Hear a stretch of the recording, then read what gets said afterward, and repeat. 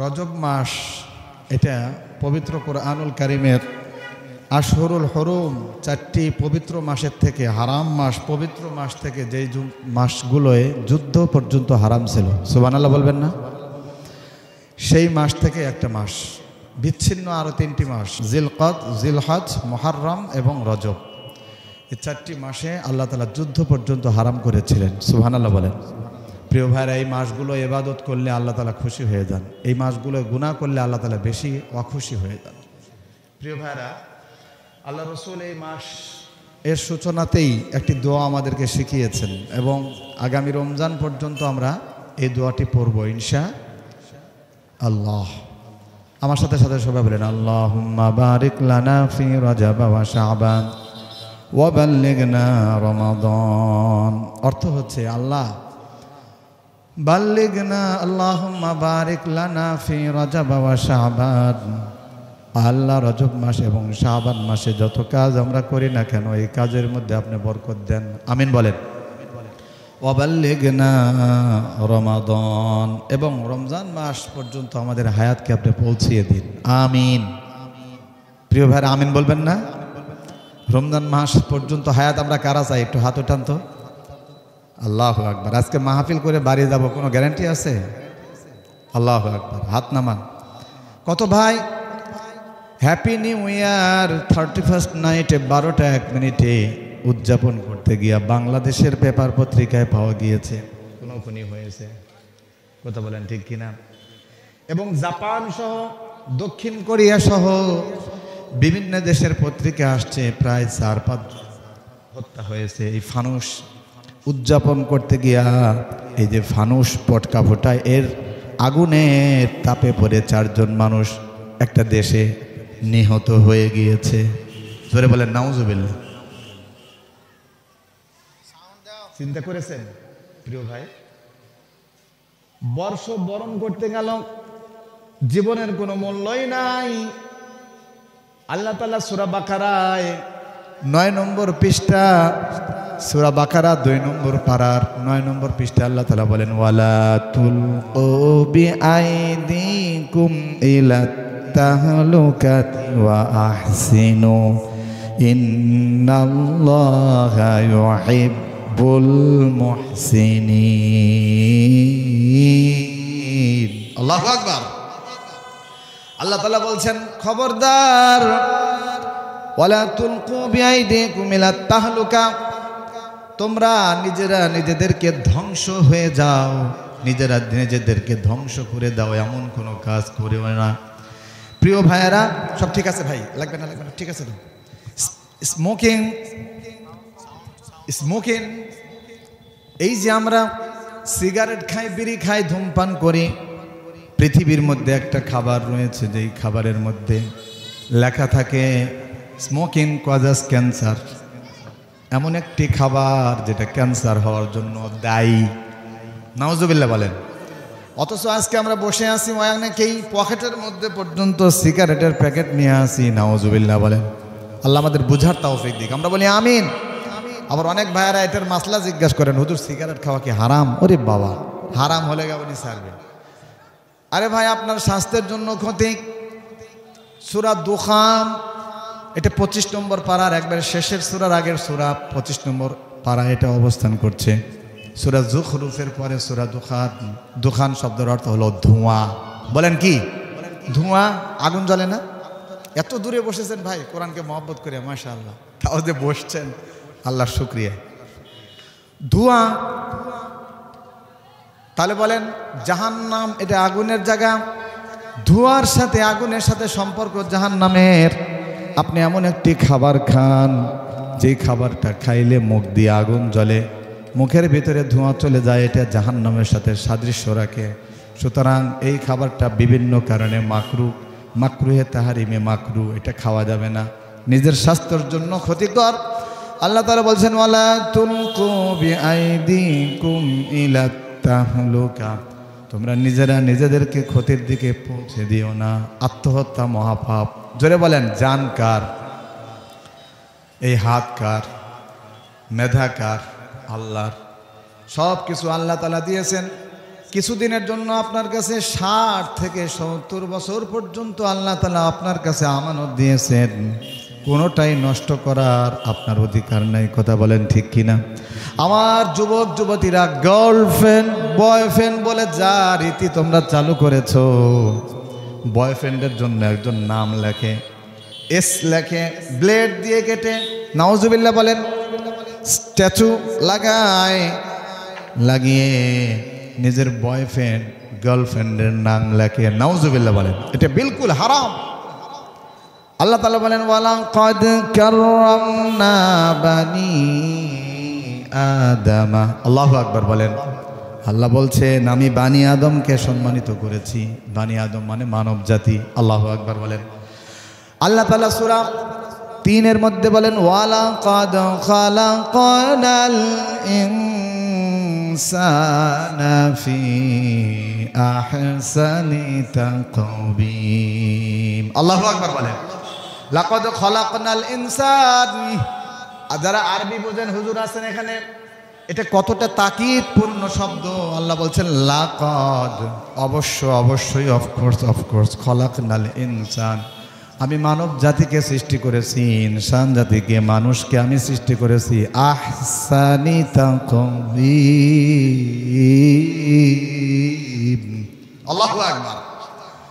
আল্লাহ বলছেন সবচেয়ে সৌন্দর্যতা দিয়ে আমি মানুষকে সৃষ্টি করেছি। আল্লাহু আকবার বলেন। পৃথিবীর যত সৃষ্টি দেখেন, পিঁপড়া কথা বলতে পারে না। কথা বলেন ঠিক কিনা?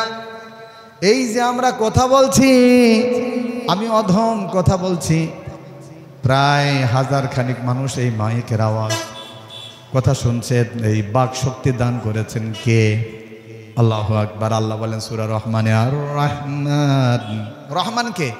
আল্লামাল কুরআন।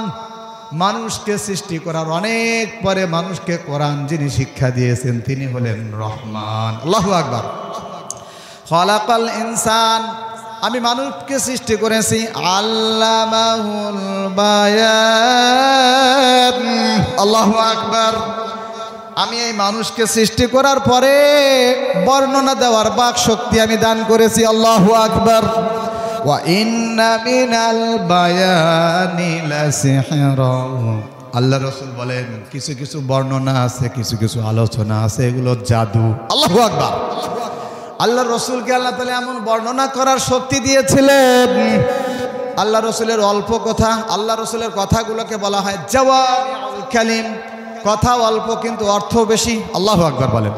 প্রিয় ভাইরা, যাই হোক, আল্লাহ তাআলা রজব মাসে আমাদেরকে পৌঁছিয়ে দিলেন। আমরা এই দোয়াটা মুখস্থ করব, আর একবার পরে আমরা আলোচনায় চলে যাব। আল্লাহুম্মা বারিক লানা ফি রজব ওয়া শাবান ওয়াবাল্লিগনা রমাদান। এ ভাই, আপনি কোরআনের মাহফিলে একটু বসেন। এই ভাই, প্রিয় ভাই, আপনি একটু বসেন। The Quran is holy book of the Muslim. পূর্ণাঙ্গ কোর্ট অফ ইসলাম, মুসলমানদের পূর্ণাঙ্গ সংবিধান হচ্ছে কোরআন। সুবহানাল্লাহ বলেন।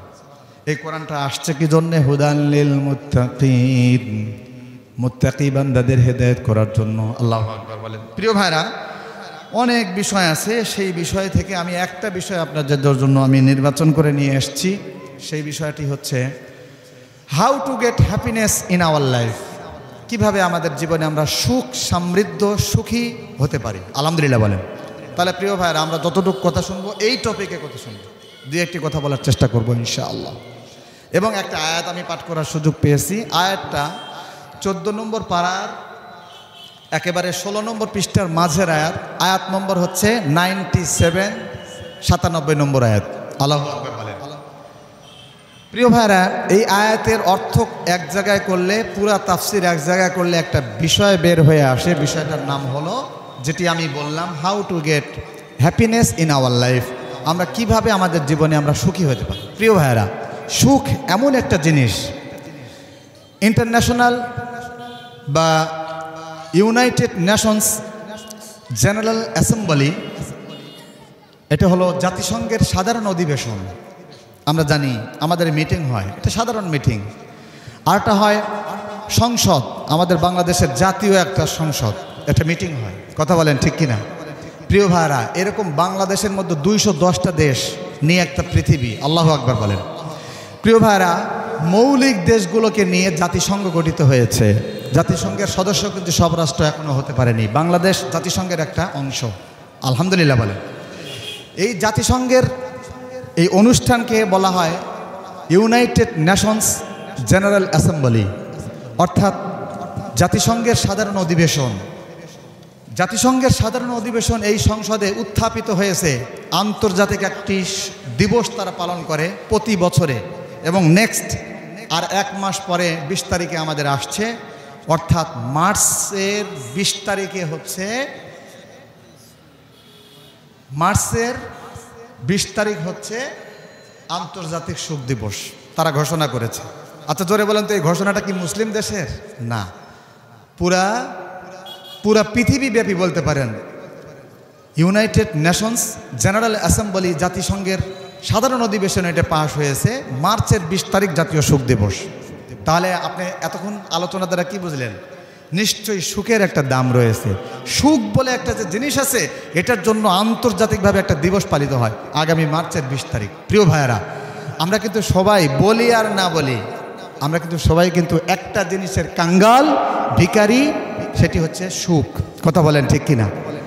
রাজনৈতিক কথা বলা এখানে নিষেধ। আমার মাহফুজ ভাই আমাকে বলেছেন, সব বক্তাদেরকে বলেছেন রাজনৈতিক কথা বলা নিষেধ। আসলে এই কথা ঠিক, কিন্তু ইসলামী রাজনীতি বলতে একটা জিনিস কিন্তু আছে, সিয়াসাত, এটা কিন্তু একটা আছে। যাই হোক প্রিয় ভাইরা, ইসলামী রাজনীতি কিন্তু তাকে ভিন্ন করে দেখার কোনো সুযোগ নেই। যাক, ওই পয়েন্ট আমি যাব না।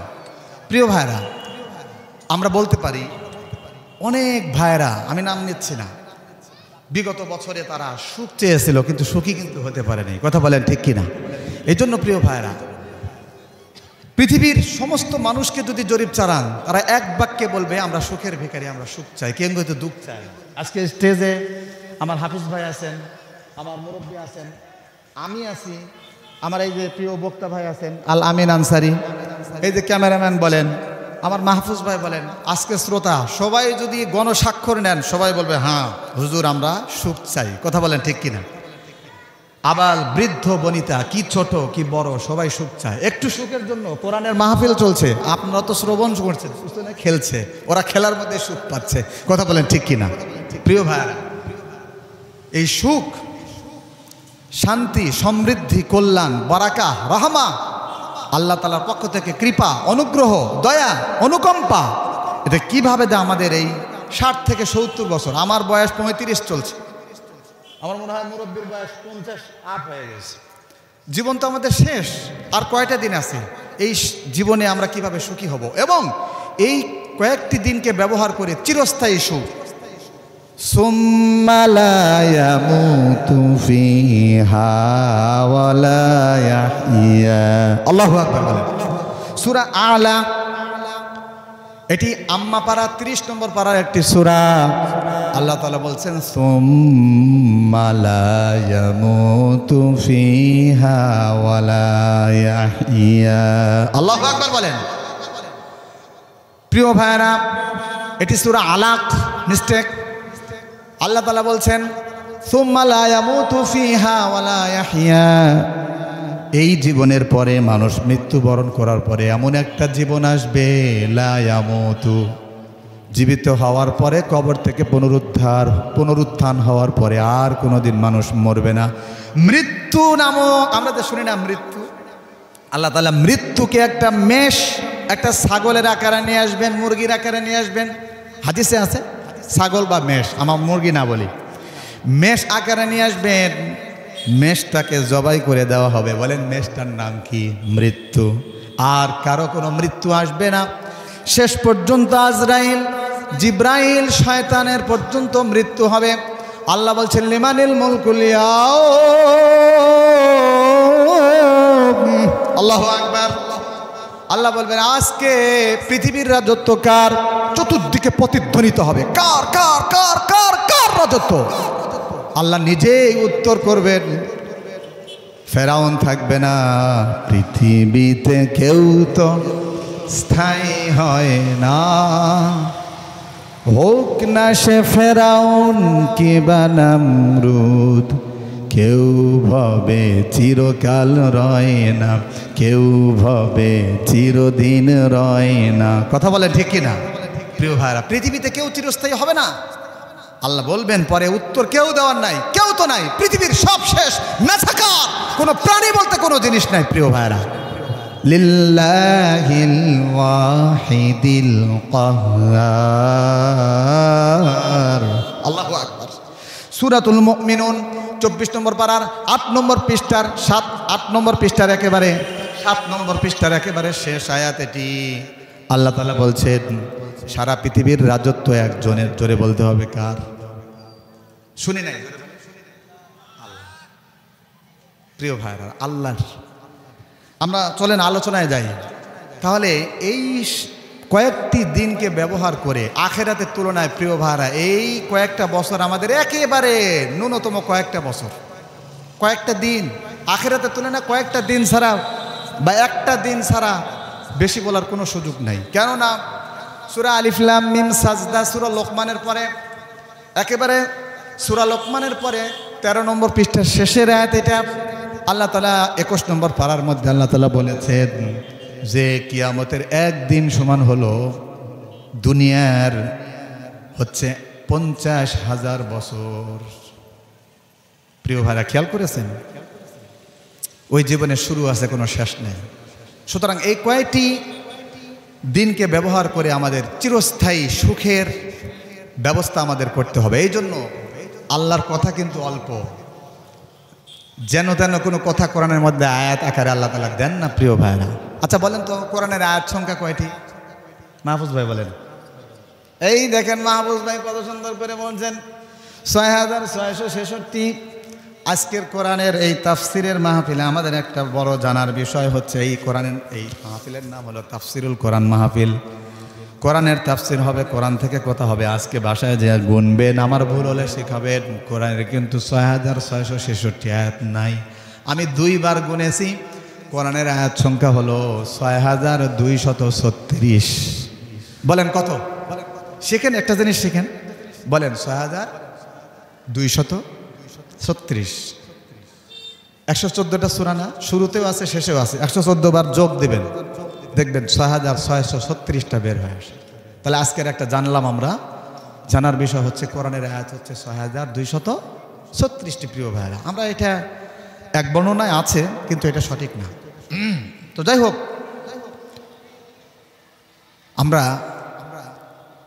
আমরা বললাম কোরআনের ভিতরে গিয়েছি এর জন্য যে কোরআনের যেন তেন কোরআনের কোনো আয়াত নয়। কোরআনের একটা শব্দ বললে, জোরে বলেন তো, কয়টা নেকি হয়? 10টা। আজকে সবাই নিয়াত করছেন নাকি হুজুর পর্যন্ত কানে আওয়াজ দেব না, এমনি তো শীত, মুখও বের করবো না। না না, আওয়াজ জোরে করলে আল্লাহ তাআলা আপনাকে সুস্থ রাখবেন। সুবহানাল্লাহ বলেন। প্রিয় ভাইরা, বলছিলাম আল্লাহ তাআলার এক একটা শব্দ, ওয়ার্ড, লেটার, ওয়ার্ড, সেন্টেন্স, এক একটা পেজ, এটা আল্লাহ তাআলার। পৃথিবী ধ্বংস হয়ে যাবে কিন্তু কোরআন ধ্বংস হবে না। আল্লাহ তাআলা বলেন ইন্না নাহনু নাযালনা যিকরা ওয়া ইন্না লাহু লাহাফিজুন। আল্লাহু আকবার। এটা সূরা হিজর 14 নম্বর পারার 1 নম্বর পৃষ্ঠার মাঝের আয়াত এটি। আল্লাহ তাআলা বলছেন নাযালনা যিকর, আই নাযালনাল কোরআন, আমিও কোরআনকে অবতীর্ণ করেছি। ওয়া ইন্না লাহু লাহাফিজুন, এই কোরআনটা আমি রক্ষা করব। আল্লাহু আকবার বলেন। তাওরাত নাজেল করেছি, ইনজিল নাজেল করেছিলাম, জাবুর নাজেল করেছিলাম, কিন্তু আল্লাহ তাআলা বলেন নাই ওয়া ইন্না লাহু লাহাফিজুন। একমাত্র কিতাব, যে কিতাবের ব্যাপারে একটা ওয়ার্ড, একটা সেন্টেন্সের অর্ধেক আল্লাহ তাআলা ইউজ করেছেন, কিতাবটা আমি অবতীর্ণ করেছি আর আমি নিজেই এইটাকে সংরক্ষণ করব। আল্লাহু আকবার বলেন। প্রিয় ভাইরা, যদি আগুন লেগে ধ্বংস হয়ে যায় পৃথিবীর সব বইয়ের দোকান, তবু ধ্বংস হবে না রে মোদের পবিত্র কোরআন। আল্লাহু আকবার বলেন।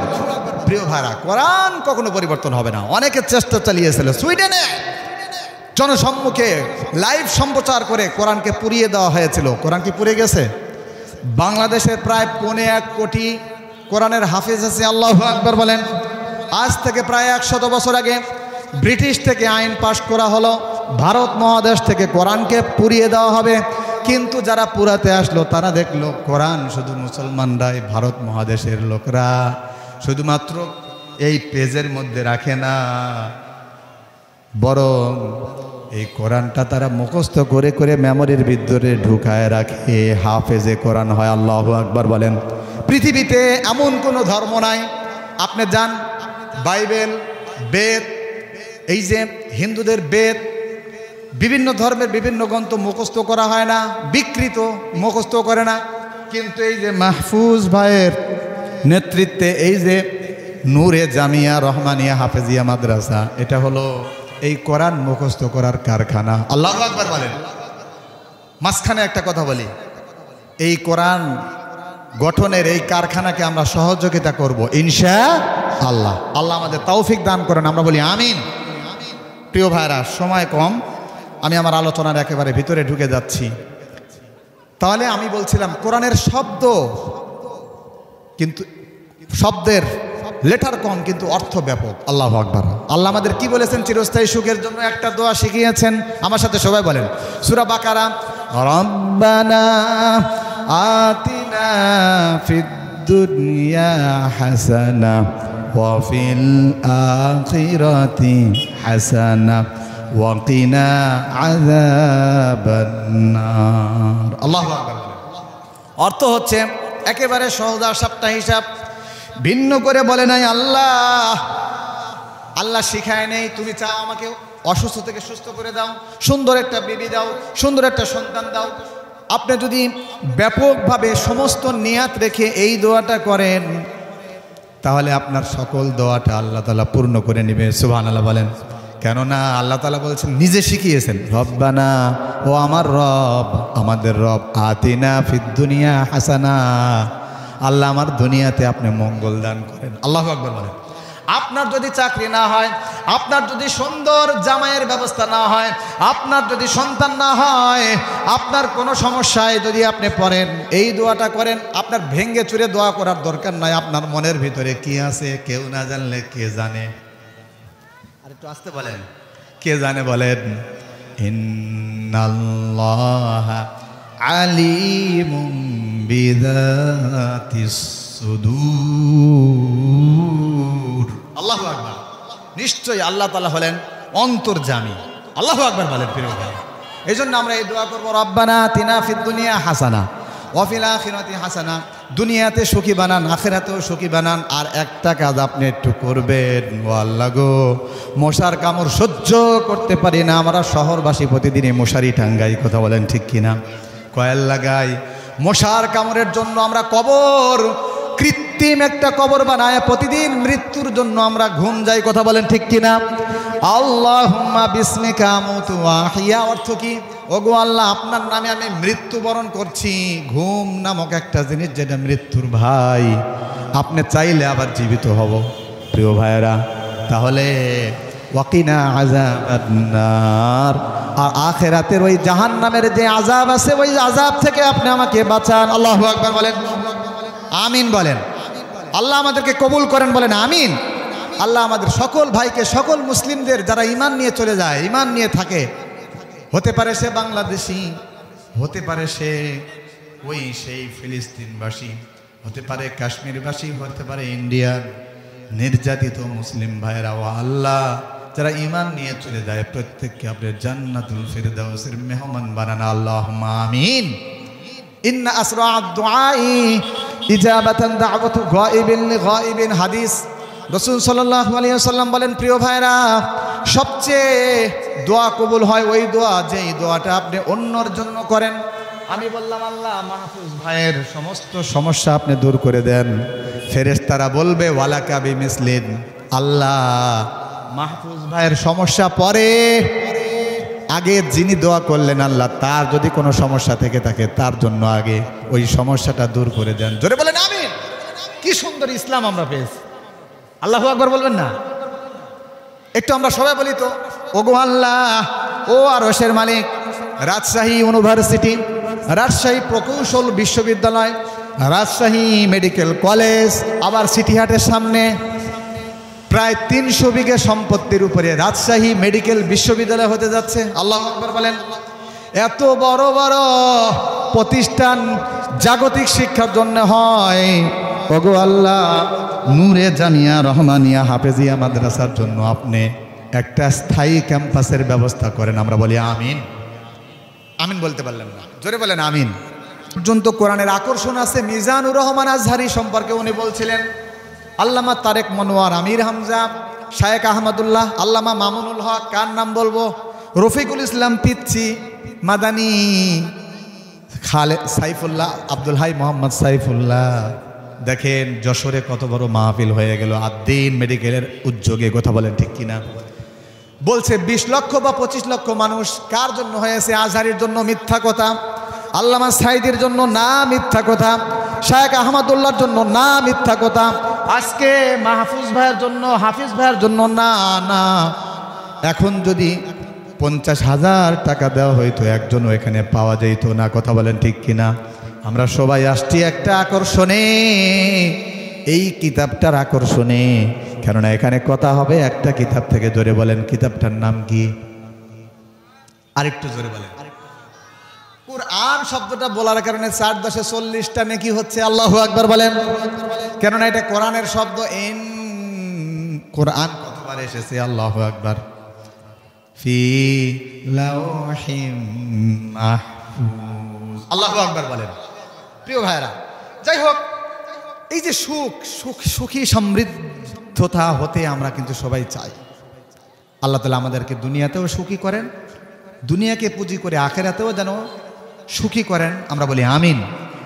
প্রিয় ভাইরা, আমি একটা আয়াত পাঠ করেছি, 14 নম্বর পারা, সূরা নাহাল 97। ওই আয়াতের আমি ব্যাখ্যাও যেতে পারি নাই, অনুবাদটা কেবল ধরছি, আপনারা অনুবাদ করবেন। আল্লাহ বলছেন, আগে শুনেন, ওই যে আমরা ধরলাম জাতিসংঘের সাধারণ অ্যাসেম্বলিতে পাশ হয়েছে মার্চের 20 তারিখে শোক দিবস তারা পালন করে। প্রিয় ভাইরা,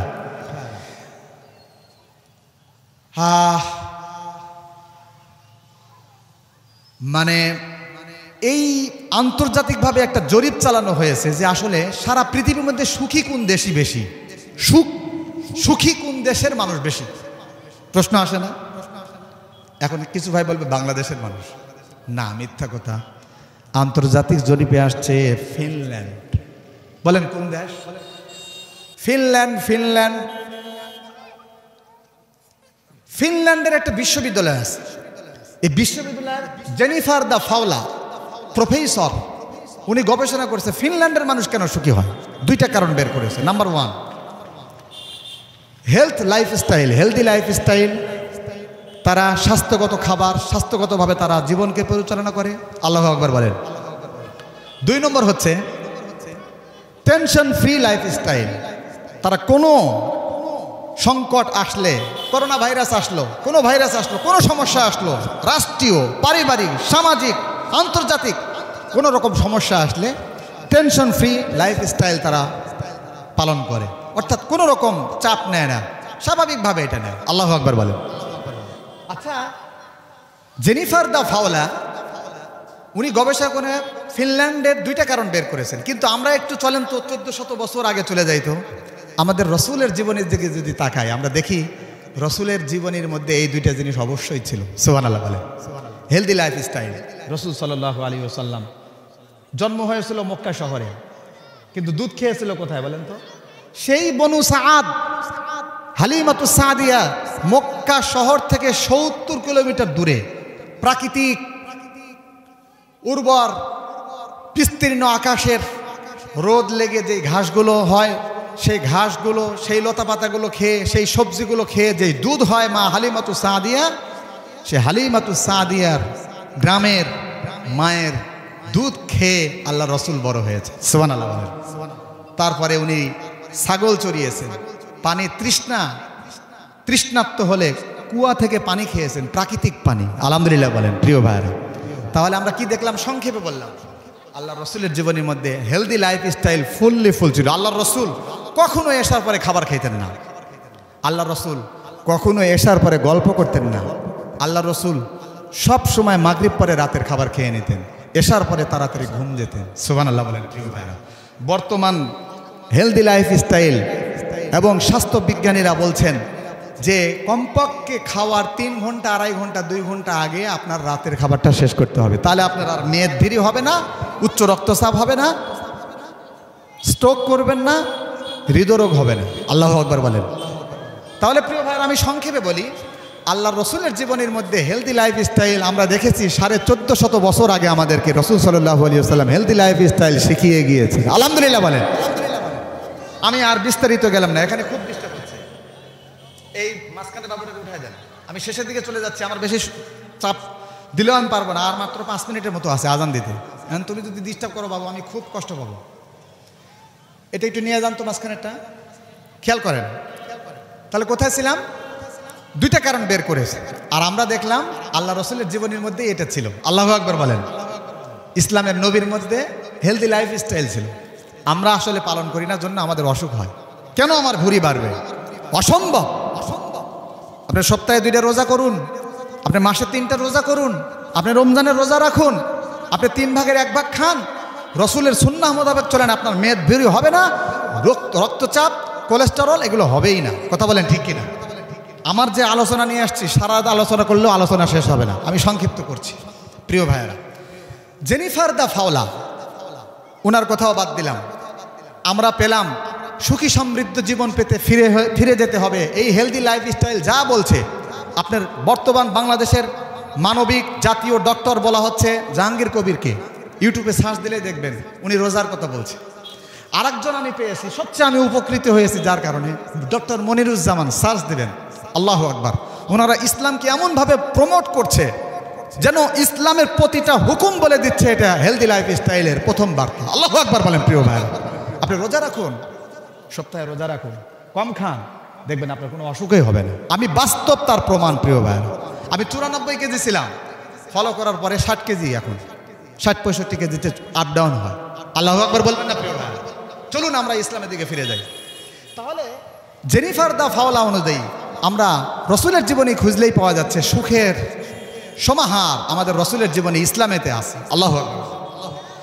তাহলে আরেকটা কথা খেয়াল রাখতে হবে, দুনিয়ার সুখ এটা চিরস্থায়ী না। আমি আয়াতের মাধ্যমে বলেছি, এতক্ষণ বলেছি। দুনিয়ার খুব সুখে আছেন, মাহফুজ ভাই খুব সুখে আছেন, হঠাৎ করে তার অসুস্থতা আসতে পারে। কথা বলেন ঠিক কিনা? এমন কে আছেন জীবনে অসুস্থ হন নেই? না।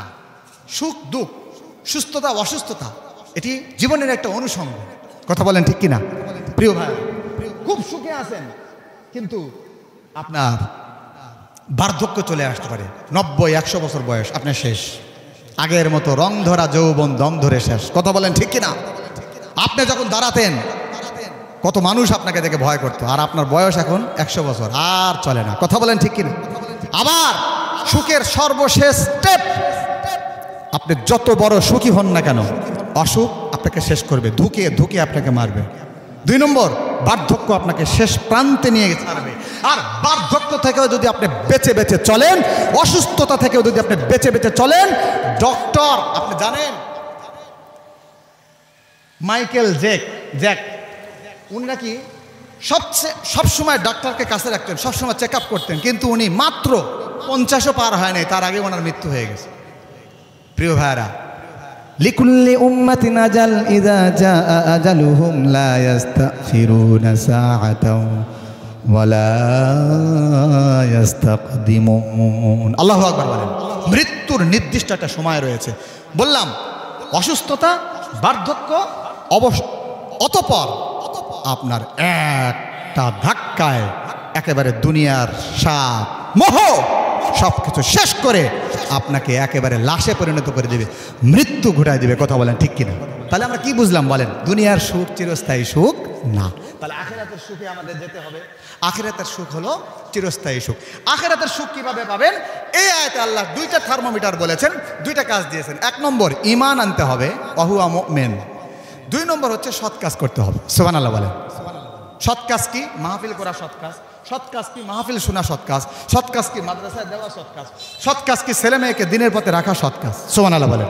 সৎ কাজের ফিরিস্তি আমার থেকে আপনি বেশি জানেন। তাহলে আজ থেকে দুইটা কাজ করব, ইমান আমরা এনেছি বাপ দাদা সূত্রে আমরা পেয়েছি, 2 নম্বর সৎ কাজ করব। এই দুইটা কাজ যদি করি আল্লাহ তাআলা এবার সূরা নাহালের এই আয়াতে বলছেন, দেখেন এই যে আলামিন সাহেব বুঝবেন আর আমার হুজুর বুঝবেন আর আলেমরা বুঝবেন, আল্লাহ তাআলা কি শব্দ বলছেন বলেন তো আলামিন সাহেব? ফালানুহইয়ান্নাহু হায়াতান তাইয়্যিবা। আমি অবশ্যই তাকে সুখী সমৃদ্ধ জীবন দান করব। সুবহানাল্লাহ বলেন। হুজুরের কাছে যদি আসেন, হুজুর আমার জন্য একটু দোয়া করেন, হুজুর কি বলে বলেন তো? আল্লাহ আপনাকে হায়াতে তাইয়্যিবা দান করেন। আল্লাহ বলছেন যে ব্যক্তি এই দুইটা কাজ করবে, ঈমান আনবে, সৎ কাজ করবে, আমি নিজে অবশ্যই তাকে একটা সুখী সমৃদ্ধ, যেটাকে বলে হায়াতে তাইয়্যিবা আরবি ভাষায়, সেটা আমি দান করব। সুবহানাল্লাহ। আর কি দান করবেন? ওয়ালানাজজিয়ান্নাহুম আজরাহুম বিআহসানি মা কানু ইয়ামালুন। যে আমল করবে এর থেকে উত্তম বদলা আমি আখিরাতে দেব। সুবহানাল্লাহ বলেন। তাহলে আজ থেকে দুইটা কাজ, এই দুইটা কাজ যদি আমরা করি চিরস্থায়ী সুখের আমরা ভাগী হব। 7:30, তার মানে আমি শেষ করে দেব। তাহলে চলুন, আর আমি ব্যাখ্যা দিতে পারলাম না, মোটামুটি আমাদের কথা একবারে ভাজে নিয়ে চলে আসছি। আচ্ছা আলহামদুলিল্লাহ, 50 টাকা নেবেন? আচ্ছা যান যান যান ভাই, দেখেন খেয়াল করেন, আমি একেবারে গোছায় নিয়ে আসছি, 2 মিনিটে আমি আলোচনা শেষ করে দিচ্ছি। তাহলে আমাদের মাদ্রাসায় সহযোগিতা করা এটাও নেক কাজের মধ্যে পড়বে, আর ঈমান তো আমরা এনেছি, তাহলে আমরা হায়াতে তাইয়্যিবা দান আমরা আল্লাহ তাআলা থেকে পাচ্ছি। এখন আখিরাতের সুখ পেতে হলে আমাদের 10টা উপকরণ আছে। বলেন কয়টা উপকরণ? বললেন না, একটা একটা করে বলছি, আমি ব্যাখ্যা যাব না। নাম্বার 1, খুব রিসার্চ করে আসছিলাম, সুযোগ হলো না, ইনশাল্লাহ অন্য কোনো দিন সুযোগ হলে আমি বলবো। Make it simple, you will be happy. আপনার লাইফকে সোজা করেন, সহজ করেন, আপনি হ্যাপি হতে পারবেন, সুখী হতে পারবেন। সুবহানাল্লাহ বলেন। আল্লাহ রসুলের জীবনীতে দেখা গেছে, আল্লাহ রসুল বলছেন, ফজরের পরে এসে বলছেন ঘরে কি নাস্তার ব্যবস্থা আছে? আয়েশা রাদিয়াল্লাহু আনহা বললেন যে নাস্তার ব্যবস্থা নাই। আল্লাহ রসুল বলছেন ঠিক আছে, আমি রোজার নিয়ত করলাম। সুবহানাল্লাহ বলেন। আমি হুজুর হলে কি করতাম? হ্যাঁ, নাস্তার ব্যবস্থা নাই, আগে বলো নাই কেন? বাজার করে নিয়ে আসতাম, আচ্ছা দেখি এখন দেখি পাওয়া যায় কিনা, হলেও আমরা নাস্তা করতাম। কথা বলেন ঠিক কিনা? আল্লাহ রসুল কি করেছেন? আচ্ছা নাস্তা নাই, আমি রোজার নিয়ত করলাম। কি বলছে এখানে? Make it simple, you will be happy.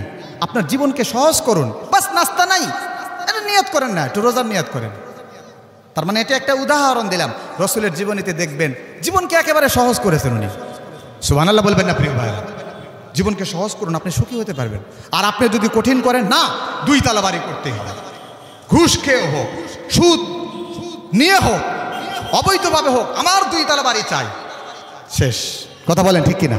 Number 2, to forgive others, you will be happy. অন্যকে ক্ষমা করুন, আপনি সুখী হবেন। সুবহানাল্লাহ বলেন।